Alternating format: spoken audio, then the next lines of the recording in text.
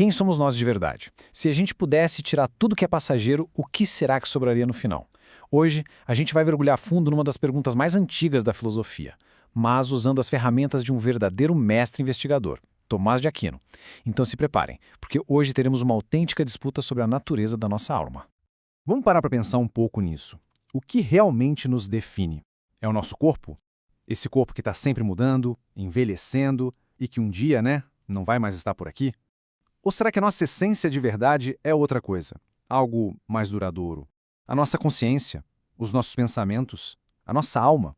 A grande questão que a gente vai botar no centro do ringue hoje é exatamente essa. O ser humano é, fundamentalmente, a sua alma?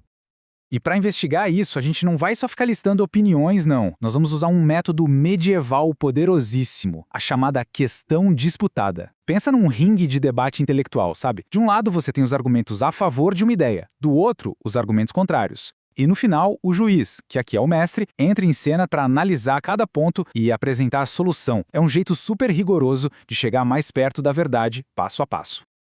Então vamos lá, para o primeiro round da nossa disputa.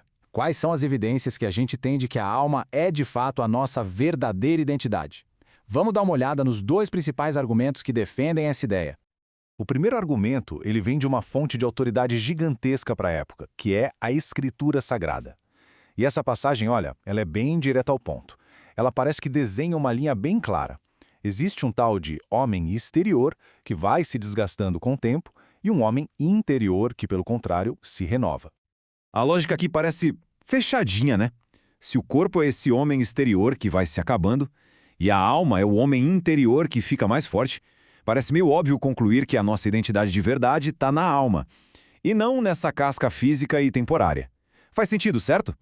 Agora vamos para um argumento um pouquinho mais filosófico. A ideia aqui é a seguinte: a alma não é só uma energia ou uma característica nossa, ela é uma substância. Tá, mas o que isso quer dizer? Pensa assim, uma caneca é uma substância, ela existe por conta própria. Agora, a cor da caneca não é uma substância, ela precisa da caneca para existir, entende? O argumento aqui é que a alma, assim como a caneca, é algo que existe por si só, de forma completa, individual. E se ela já é uma coisa completa, bom, então ela já é uma pessoa. A alma é... Ok, os argumentos a favor são fortes, bem convincentes. Só que, como em toda boa disputa que se preze, a história não acaba por aí não. Se prepara para a virada, porque agora a gente vai ouvir uma voz muito poderosa que argumenta exatamente o contrário. E aqui o conflito fica escancarado. De um lado, a gente tem a ideia de que somos a nossa alma, o tal do homem interior. Do outro, ninguém menos que Santo Agostinho, outra figura monumental, dizendo com todas as letras que o ser humano não é um ou outro, mas sim a união dos dois. E aí? A gente tem um impasse entre gigantes do pensamento? Como é que a gente sai dessa? É exatamente neste ponto que o nosso mestre da disputa, Tomás de Aquino, entra em cena. E ele não vai simplesmente escolher um lado. Não, ele vai propor uma solução muito mais elegante, uma que tenta harmonizar a verdade que existe nas duas posições. E aqui está a sacada genial da solução de Aquino. Ele faz uma distinção que é crucial. Pensa na receita de um bolo.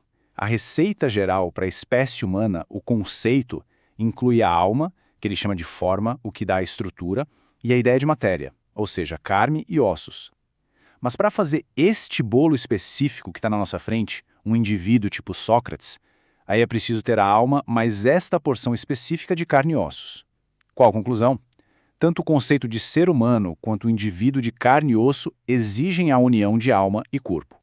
E para provar o ponto dele, Aquino usa um exemplo que, olha, qualquer um de nós entende na hora. A sensação.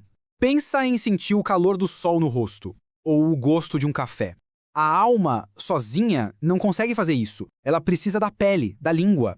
Ela precisa do corpo para sentir. E como sentir é uma das ações mais básicas do ser humano, e essa ação exige o corpo, a conclusão é lógica. O ser humano não pode ser só a sua alma. É uma prova simples, elegante e praticamente irrefutável.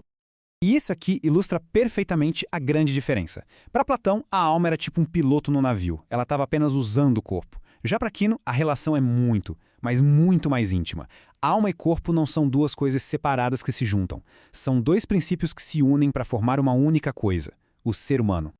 Beleza, Com essa nova compreensão em mente, vamos voltar lá para os argumentos do começo e ver como a solução de Aquino resolve cada um deles.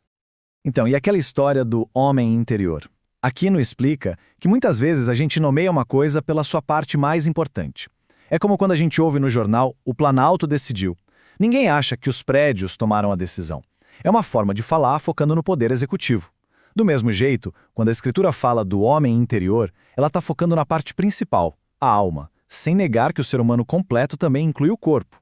E o segundo argumento, aquele de que a alma é uma substância e por isso já seria uma pessoa, para resolver esse, Aquino usa uma analogia genial. Pensa numa mão separada do corpo. Ela é uma substância, certo? Mas alguém em sã consciência chamaria uma mão de pessoa? Claro que não. Por quê? Porque falta a ela a natureza completa de um ser humano. A alma, do mesmo jeito, é só uma parte da natureza humana. Para ser uma pessoa completa, ela precisa do corpo. E assim, depois de analisar todos os lados, de ouvir os argumentos e os contra-argumentos, a gente chega ao veredito final da nossa disputa. A conclusão, portanto, é clara. Não somos fantasmas dentro de uma máquina.